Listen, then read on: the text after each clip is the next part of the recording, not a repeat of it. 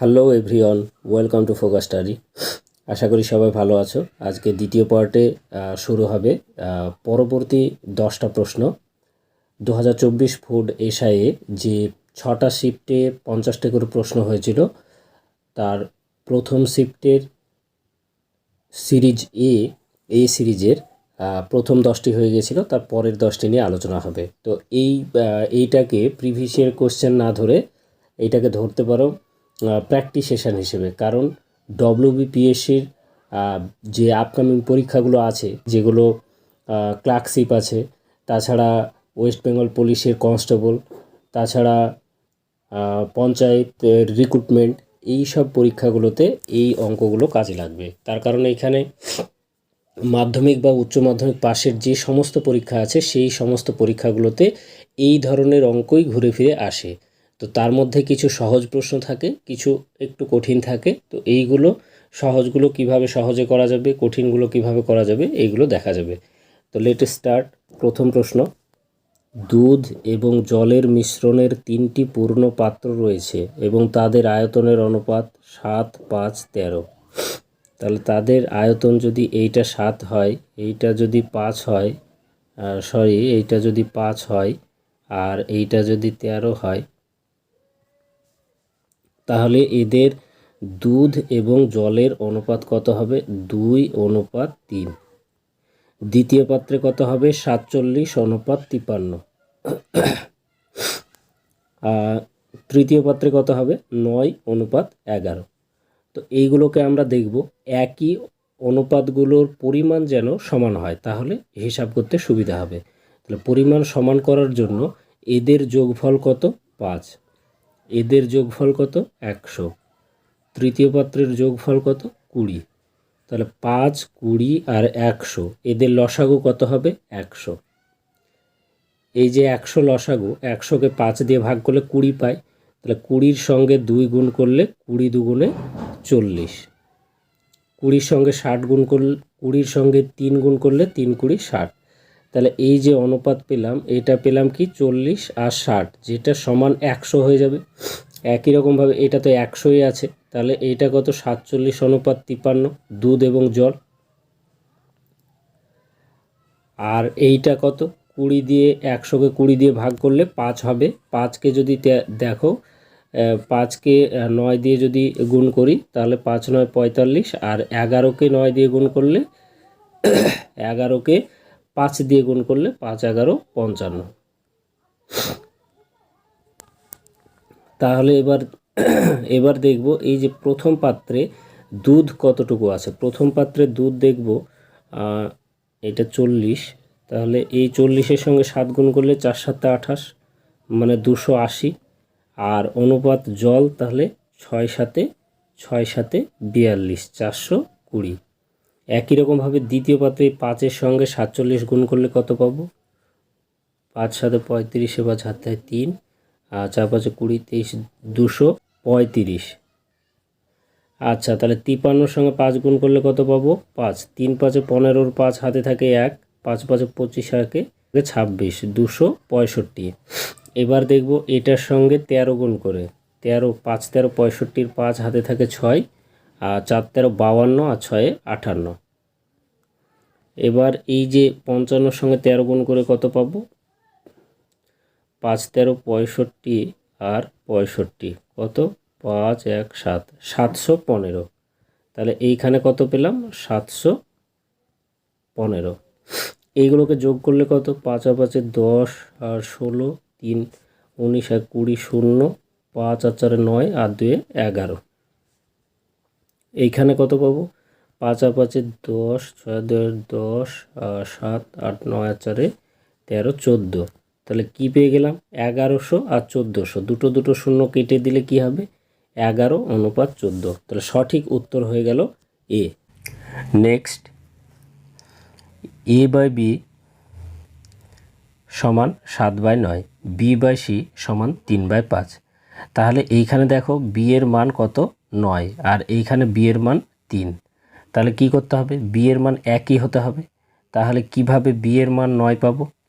তাহলে দেখো এইখানে যদি A/B সমান 7/9 হয়, আর বি বাই সি সমান 3/5 হয়, তাহলে এই 3কে 9 করতে গেলে 3 গুণ করতে হবে, যেহেতু এর সঙ্গে 3 গুণ করছি এর সঙ্গেও 3 করতে হবে, তবেই সমতা বজায় থাকবে। তাহলে কি পেলাম, এ বাই বি মানে 7/9, আর বি মানে 9, আর সি মানে 3 5 15। তাহলে 7, 9 আর 15 হলো সঠিক উত্তর।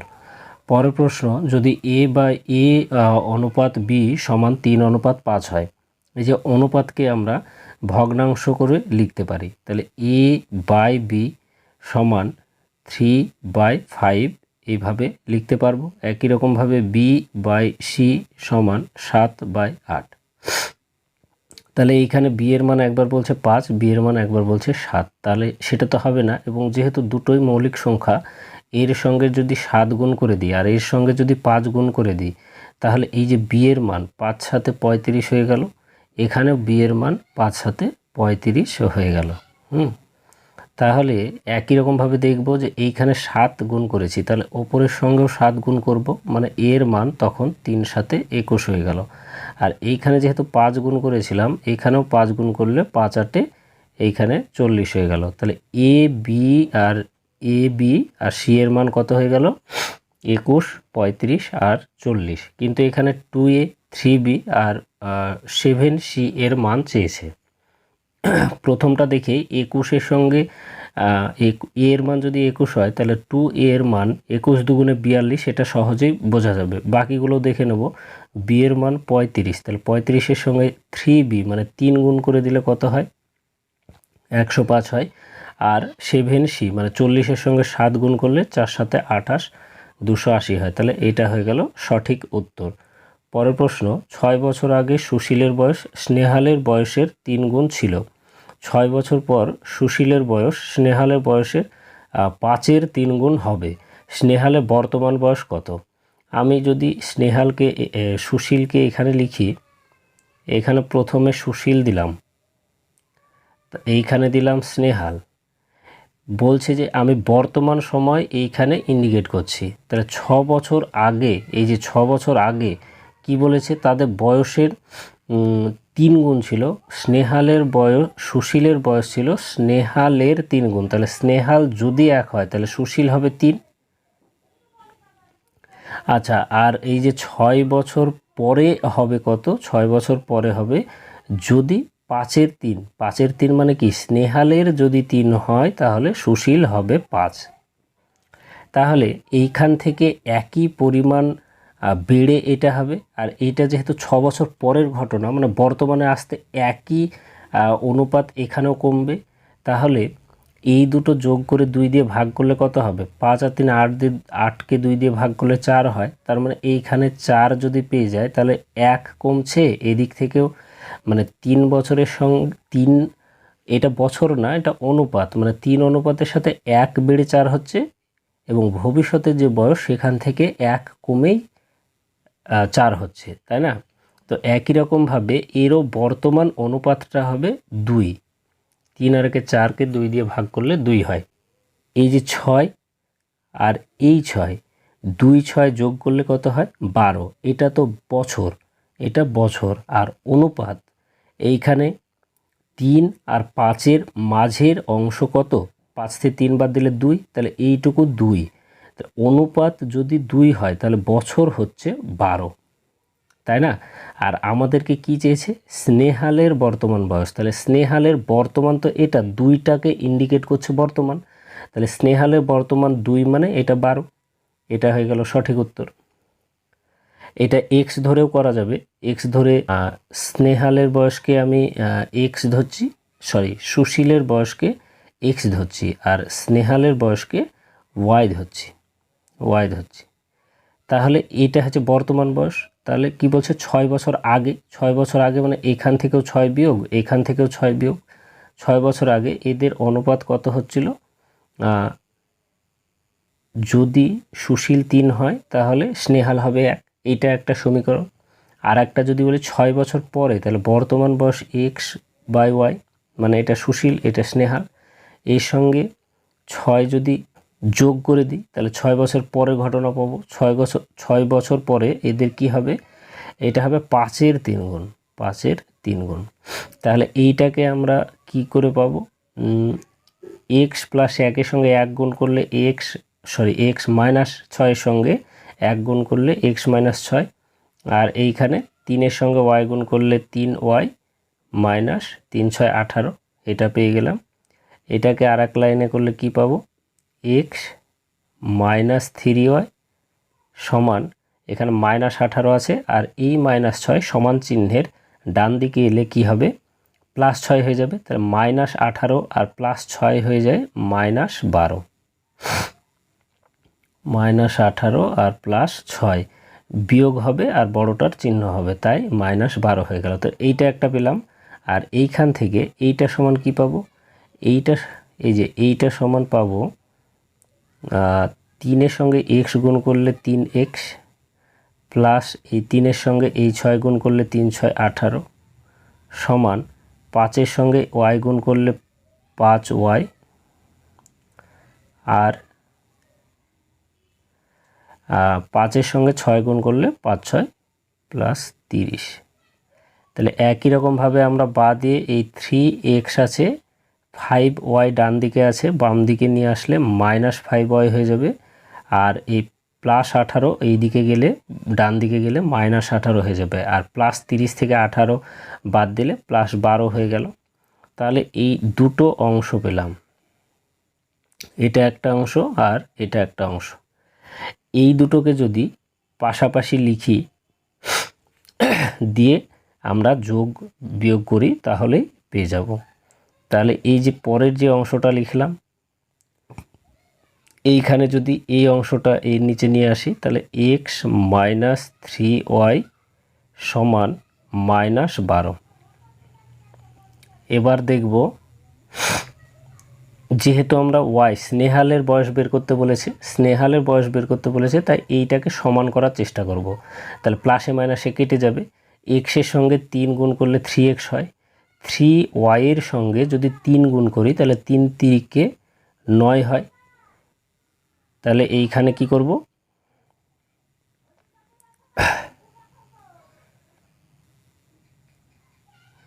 এটা হচ্ছে 9 হয়ে গেল, 9y। আর এইটা 12 সঙ্গে 3 গুণ করলে 3 12 36 মাইনাস 36 হয়ে যাবে। তাহলে এবার সাইনগুলোকে যদি চেঞ্জ করে দিই, এই নিচের সাইনগুলোকে যদি চেঞ্জ করে দিই, প্লাস মাইনাস ছিল প্লাস করে দিলাম, এইখানে প্লাস ছিল মাইনাস করে দিলাম, এইখানে মাইনাস ছিল একে প্লাস করে দিলাম। তাহলে 3x আর এই 3x কেটে গেল, এইখানে মাইনাস 5y আর প্লাস 9y। তাহলে কি হবে, 9 থেকে 5 বাদ দিলে 4y হয়ে যাবে, আর সমান 36 আর 12 যোগ করলে 6 আর 2 8 48 হয়ে যায়। তাহলে শুধু y এর মান কত হয়, 48/4 মানে 4 12 48। তাহলে y কি বলেছিলাম, স্নেহালের মান, স্নেহালের মান কত হলো, 12। তো সঠিক উত্তর হয়ে গেল 12। পরের প্রশ্ন, 20,480 টাকার উপরে 2 বছর 73 দিনের জন্য বার্ষিক 6.14% হারে চক্রবৃদ্ধি সুদ কত হবে। চক্রবৃদ্ধি সুদের ক্ষেত্রে আমরা যে সূত্র পাই সেখান থেকে সুদ আর আসল বেরোয়। তো এইখানে বার্ষিক সুদের হার দিয়েছে 4 6 24 আর 1 25-এর 4। আর এই যে 25-এর 4 পেয়ে গেলাম, এর সঙ্গে কি আছে, শতাংশ, শতাংশের জন্য নিচে 100 পাবো। শতাংশ মানে 100-র মধ্যে ওটা। তাহলে 25/4 গুণিত 100, 400-র মধ্যে 400 যদি আসল হয় 25 টাকা সুদ। আর সুদ আসল তাহলে কত, 400 যোগ 25 মানে 425। তাহলে 425 টাকা সুদ আসল হবে যখন 400 টাকা আসল। এইটাকে যদি আমরা ছোট করে ফেলি তাহলে 25 দিয়ে কাটলে 17 হবে আর 25 দিয়ে কাটলে 16 হবে। তো এইখানে সূত্র একটা আসে যে P × 1 + R/100, এইখানে T মানে টাইম। তাহলে টাইম তো বছরে আছে এবং দিনে আছে। তাহলে এই যে এইটা যদি মনে থাকে তাহলে এইভাবে বসিয়ে দিয়ে এই 2 বছরের জন্য করে নেব, আর 73-কে বছরে পরিণত করে সেটা গুণ করে দিতে হবে। আর যদি এইরকমভাবে মনে না থাকে তাহলে মনে রাখবে যে এই যে 20,480 আছে, 20,480 এর সঙ্গে গুণ করে দেব এই যে অংশটা পেলাম সেটা কতবার, যত বছর বলবে ততবার। তাহলে এখানে 2 বছর বলেছে তাই 2 বার গুণ করে দিলাম, 17/16 গুণিত 17/16। এটা তো শুধু 2 বছরের হলো, তাহলে এই 73 দিনটা কি হবে? এই যে 73 দিন, একে যদি বছর করতে যাই তাহলে কি করতে হবে?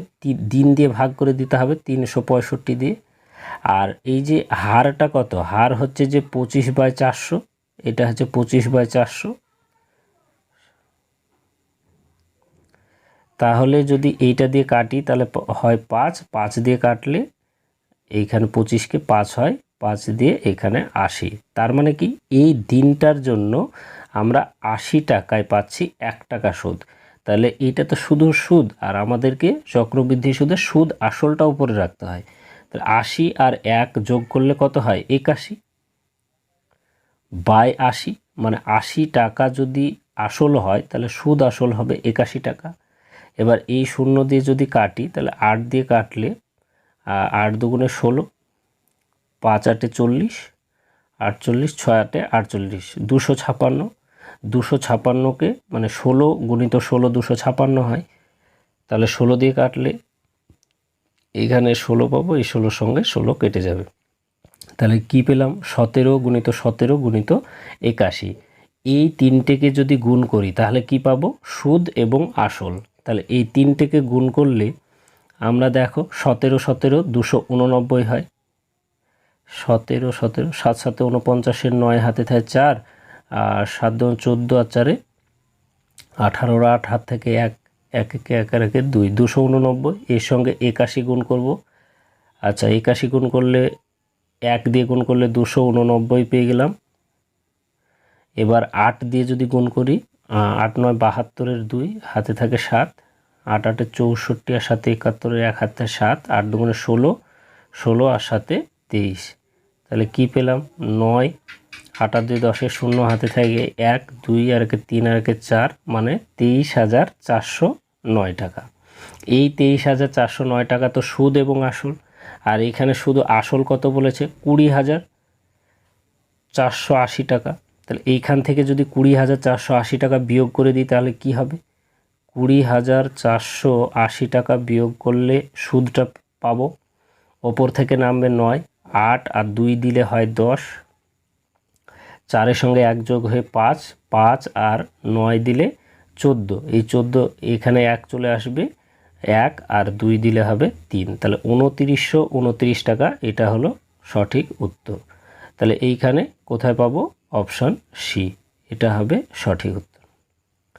পরের প্রশ্ন, যদি দেখো এই অনুপাতের অঙ্কগুলো কতবার আসছে?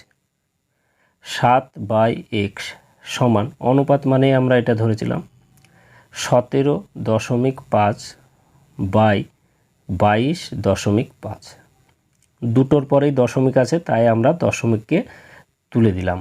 এবার একটা জিনিস খেয়াল রাখতে হবে, যদি সমান চিহ্নের এই দিকে আর এই দিকে মানে বাম এবং ডানে বলে তাহলে ওপরে ওপরে কাটাকুটি হয়, নিচে নিচে কাটাকুটি হয়।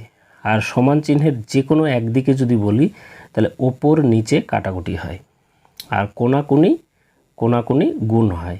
তাহলে এই ক্ষেত্রে এই ওপর আর নিচ কাটাকুটি করা যাবে। কাটাকুটি করলে উপরে পাবো 7/25 আর নিচে 9/25। আর কি বলেছি, সমান চিহ্নের এই দিকেও 7 আছে, ওপরে এই দিকেও 7 আছে, তাহলে কেটে যাবে। তাহলে শুধু x সমান কি পড়ে থাকলো? 9। এটা হয়ে গেল সঠিক উত্তর। পরের প্রশ্ন, যদি 2 সমান x plus 1 by 1 plus 1 by 3 plus 1 by 4 এইরকম হয়, তাহলে এইটা দেখব। এটা এই যে এইখানে যোগ চিহ্ন থাকলে এটাকে আমরা যোগ চিহ্নটাকে না ধরলেও একই উত্তর পাওয়া যায়, সেই কারণে এটাকে আমরা যোগ চিহ্নটাকে যদি সরিয়ে দিই তাহলে এটা কি পাচ্ছি? 3 4 12 আর 13 4। তাহলে শুধু এইটুকুর জন্য কি পাচ্ছি? শুধু এইটুকুর জন্য পাচ্ছি কত? 13/4। তাহলে এই অংশটুকু যদি বাদ রাখি, শুধু এই অংশটুকু যদি ধরি তাহলে 1/13/4। তাহলে এই যে 1/13 বাই 4 এটা পাচ্ছি। 4টা কি হয়ে যায়, উপরে গুণ হয়ে যায়, তার মানে কি হয়ে গেল, শুধু এইটুকুর জন্য কি পেলাম, 4/13। তাহলে এইখানে যদি 4 ধরি এটাকে, আর এই নিচে হচ্ছে যে নিচে এটাকে 13ই ধরলাম, মানে 4/13। এই 4টা চলে গেল ওপরে, এই 4টা চলে গেল কোথায়, 4টা চলে গেল ওপরে। তাহলে 13র সঙ্গে যদি এই 13র সঙ্গে যদি 1 গুণ করি, 13কে 13, তার সঙ্গে যদি এই 4 যোগ করি তাহলে কত হয়, 17। আর বাই 13 নিচে এটা 13টা তো ছিলই, এইটা পেয়ে গেলাম। তাহলে এই যে ওপরের এক্স প্লাস এই অংশটাকে যদি বাদ দিই তাহলে 1/17/13, তাহলে এই 13টা আবার উপরে চলে যাবে, এখানে 13 হয়ে যাবে। আর নিচের যে অংশটা এটা কত হয়ে যাবে, এটা হয়ে যাবে 17। তাহলে কি দাঁড়ালো, এক্স প্লাস 13/17, এক্স প্লাস 13/17 সমান কি লিখতে পারি, 17 সঙ্গে এক্স গুণ করলে 17x প্লাস 13, আর 17 ছিল 17 বসিয়ে দিলাম। এইটা সমান কি বলেছে, এটা সমান বলেছে 2। তাহলে এটা সমান হচ্ছে 2। তাহলে আমরা এখানে কি করব, 17x প্লাস 13 সমান 17 দুগুণে 34। তাহলে 17xটা এদিকেই থেকে যাবে, প্লাস 13 সমান চিহ্নের এদিকে গেলে মাইনাস হয়ে যাবে। তাহলে 34 মাইনাস 13, 34 থেকে 13 বাদ দিলে কত হয়, 21 হয়। তাহলে 17x সমান হচ্ছে 21। আর শুধু x মানে কি, তখন এই 17 যেহেতু এক্সের সঙ্গে গুণ আকারে আছে, ডান দিকে চলে আসলে কি হয়ে যাবে, 21-এর সঙ্গে ভাগ আকারে হয়ে যাবে। তাহলে 21/17। তাহলে এইটা হয়ে গেল সঠিক উত্তর। এইখানে অপশানটা তোলা হয়নি, এটা হবে উত্তরটা কি হবে, 21/17। পরের প্রশ্ন, একজন মানুষ প্রথম দিন 1 কিলোমিটার, দ্বিতীয় দিনে 2 কিলোমিটার, তৃতীয় দিনে 3 কিলোমিটার এইভাবে হাঁটে। তার মানে 1 + 2 + 3 এইরকমভাবে হাঁটতে থাকে। তো এইভাবে ও 10 দিনে মোট কত হাঁটবে, 10 দিন, এইভাবে মোট 10 দিনে কত হাঁটবে। তো এইগুলো একটা সূত্র আছে, এরকমভাবে যেতে যেতে যদি n সংখ্যক যায়, মানে 10 বার, 15 বার বা 20 বার বা 1000 বার যাই যাক না কেন, সেটাকে n যদি ধরি, তাহলে সূত্র হয় n × n + 1/2। তাহলে এই n এর জায়গায় এইখানে তো এত দূর বলেন, 10 পর্যন্ত বলেছে, তাহলে আমরা n এর মান 10 ধরব।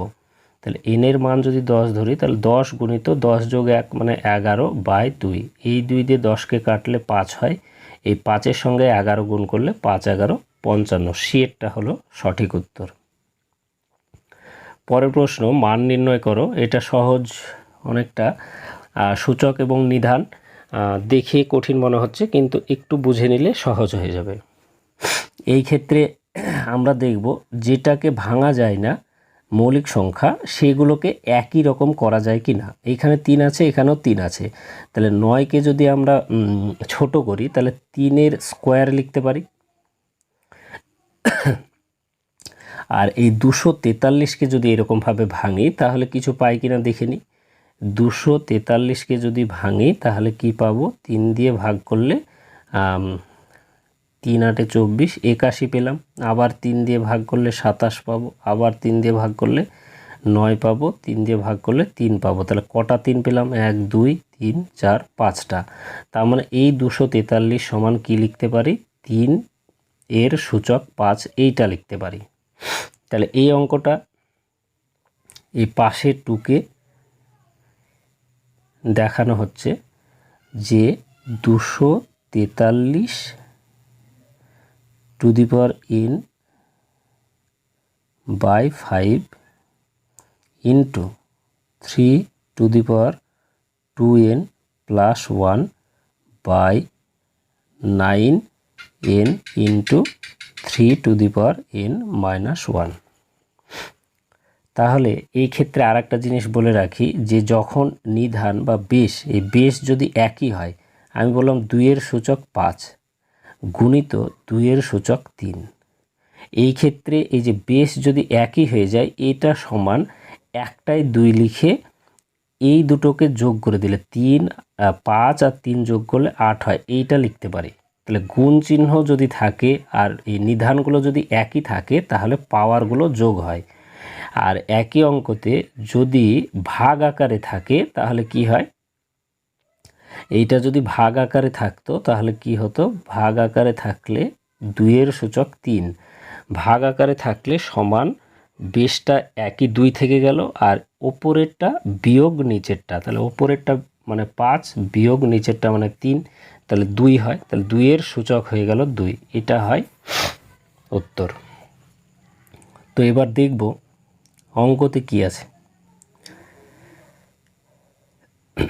এইখানে 243 সমান কি বললাম, 243 সমান বললাম যে 3 এর সূচক 5, আর আগে থেকে n/5 ওর মাথায় ছিল, তাহলে এই 243-এর বদলে আমরা কি লিখতে পারবো, 243-এর বদলে লিখতে পারবো 3 এর সূচক 5 লিখতে পারবো, আর তার সঙ্গে আবার n/5 গুণ হয়ে যাচ্ছে।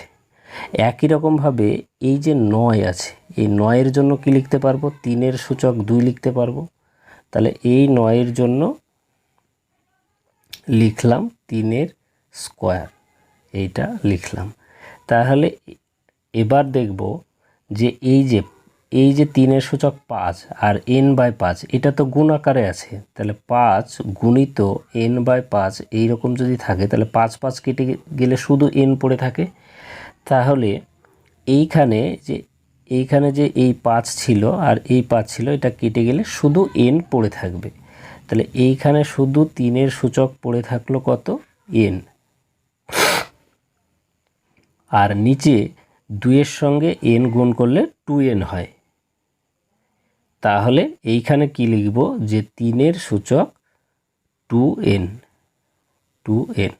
তাহলে কি পেয়ে গেলাম, এখানেও 3 বেশ পেয়ে গেলাম, এখানেও পেয়ে গেলাম, এখানেও পেয়ে গেলাম, এখানেও পেয়ে গেলাম, তাহলে কি গুণ আকারে থাকলে এইটা আর এইটা যোগ করতে হবে, তাহলে n যোগ 2n যোগ 1 মানে n যোগ 2n যোগ 1 মানে কি n আর 2n যোগ করলে 3n যোগ 1, তাহলে উপরের লাইনে কি লিখতে পারি, 3 এর সূচক 3n প্লাস 1, তাহলে 3 এর সূচক কি লিখব এখানে, 3n প্লাস 1, আর নিচে দেখো যে এইখানে 3 আছে আর এইখানেও 3 আছে, তাহলে শুধু 3 থেকে গেল আর এই দুটো যোগ হবে, তাহলে এই দুটো যোগ করলে কি করব, এইখানে দেখো 2n যোগ 3n মাইনাস 1, তাহলে কি হলো 2n, আর সরি এখানে 3n না, এটা শুধু n আছে, তাহলে 2n আর n যোগ করলে 3n আর মাইনাস 1 থেকে গেল, তাহলে এইখানে 3 এর সূচক কি লিখব, এইখানে 3 এর সূচক হয়ে যাবে 3n মাইনাস 1, 3n মাইনাস 1। এবার কি বলেছিলাম, নিধান যদি একই থাকে তাহলে সূচকগুলো যদি ভাগ আকারে থাকে তাহলে কি হয়ে যায়, বিয়োগ হয়ে যায়, তাহলে এই ক্ষেত্রে কি আছে, এই ক্ষেত্রে উপরে আছে 3n প্লাস 1, 3n প্লাস 1 আর নিচে আছে 3n মাইনাস 1, তাহলে এইটা থেকে এটা বিয়োগ করতে হবে, বিয়োগ করার সময় আমরা কি পাবো, 3n প্লাস 1 এটা থেকে বিয়োগ করতে হবে 3n মাইনাস 1, তাহলে এই মাইনাসটা 3n এর সঙ্গে গুণ করলে মাইনাস 3n হয়ে যাচ্ছে, তার মানে 3n plus 1 minus 3n, minus আর মাইনাস গুণ করলে প্লাস 1, তাহলে মাইনাস 3n আর মাইনাস 3n কেটে যাচ্ছে, তাহলে প্লাস 1 আর প্লাস 1 পড়ে থাকছে, তাহলে সমান কি পাচ্ছি, সমান পাচ্ছি 3 এর সূচক 1 আর 1 যোগ করলে 2, আর 3 এর সূচক 2 মানে 3 এর স্কোয়ার সমান 9, এটা হয়ে গেল এ নাম্বার সঠিক উত্তর। তো এটা যাতে বুঝতে একটু অসুবিধা হবে তারা আর একবার ঘুরিয়ে দেখবে, সহজ হয়ে যাবে। পরের প্রশ্ন, এ এবং বি একটি কাজ 12 দিনে করতে পারে, এ এবং বি করতে পারে কত দিনে, 12 দিনে, বি প্লাস সি করতে পারে কত দিনে? 15 দিনে। আর সি প্লাস এ কত দিনে করতে পারে? 20 দিনে। তাহলে আমরা এমন একটা সংখ্যা নেব যেটা সব কাজগুলো দিয়ে ভাগ করা যায়, এই জন্য এই ক্ষেত্রে লসাগু নিতে হয়। 12, 15 আর 20 লসাগু হলো 60। তাহলে এই 60কে 12 দিয়ে ভাগ করা যায়, 12 দিয়ে ভাগ করলে 5 হয়। তার মানে এ আর বি প্রতিদিন 5 ইউনিট করে 5 করে কাজ করতে পারে, এটা ধরে নিচ্ছি। বি আর সি, আচ্ছা 60কে 15 দিয়ে ভাগ করলে 4 হয়, আর 20কে 60 দিয়ে ভাগ করলে কত হয়? 3 হয়। তাহলে এই ক্ষেত্রে দেখো আমাদেরকে কি বলেছে, এ একা কাজটি করতে কত সময় নেবে। তাহলে এই যে এ বি আর সি এ আছে, এদেরকে যদি যোগ করি তাহলে কি পাবো? এ যোগ বি যোগ সি যোগ এ, এটা পেয়ে গেলাম। আচ্ছা এইখান থেকে যদি বিসিকে কেটে দিই, বিসিকে বাদ দিয়ে দিই, বি প্লাস সিকে যদি বাদ দিয়ে দিই তাহলে কি পাবো? এখান থেকে বি আর সি কেটে যাবে, মানে এই মাইনাস বি হয়ে যাবে। পরের লাইনে এটা মাইনাস বি আর মাইনাস সি হয়ে যাবে। তাহলে এখানে প্লাস বি আর মাইনাস বি কেটে যাবে, আর মাইনাস সি আর মাইনাস সি কেটে যাবে, দিয়ে কি থাকবে? 2a পড়ে থাকবে। তাহলে এই প্রথমটা থেকে এই তৃতীয়টার যোগফল, এই দুটোর যোগফল থেকে যদি মাঝেরটা বিয়োগ করে দিই তাহলে দুটো এ এর কাজ পড়ে থাকে। তাহলে তাদেরকে যোগ করব, মানে তাদের এই যে এফিসিয়েন্সি কাজের যে অংশ সেটা যোগ করব। তাহলে প্রথমে এর 5 আর এর কত? 3, যোগ করলে কত হলো? 5 যোগ 3 8। এখান থেকে বিয়োগ করব এই যে মাঝের এই অংশটা, তাহলে এখান থেকে 4 বিয়োগ করলে কি হয়ে গেল? 4 হয়ে গেল। এই 4টা কি? এই 4টা দুটো এ এর কাজ। এটা কার কাজ? এটা 2a এর কাজ। তাহলে দুটো এ যদি 4 কাজ করতে পারে তাহলে শুধু একটা এ কত কাজ করতে পারবে? 2 কাজ করতে পারবে। তাহলে এই যে 2 পেলাম, এই 60কে, মানে মোট কাজ যেহেতু 60, তাইকে এ যেহেতু 2 করে, শুধু এ 2 করে কাজ করতে পারে, তাহলে 60কে 2 দিয়ে ভাগ করলে কত হয়ে গেল? 30। সঠিক উত্তর হয়ে যাবে সি এরটা। তো আজকে 10টা কমপ্লিট হয়ে গেল। কেমন লাগলো অবশ্যই জানাবে। আজকে একটু ঠান্ডা লেগে গেছে তাই ভয়েসটা কেমন লাগতে পারে।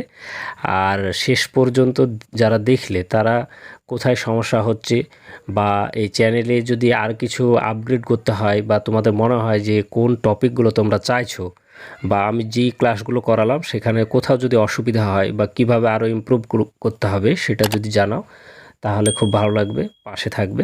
ধন্যবাদ।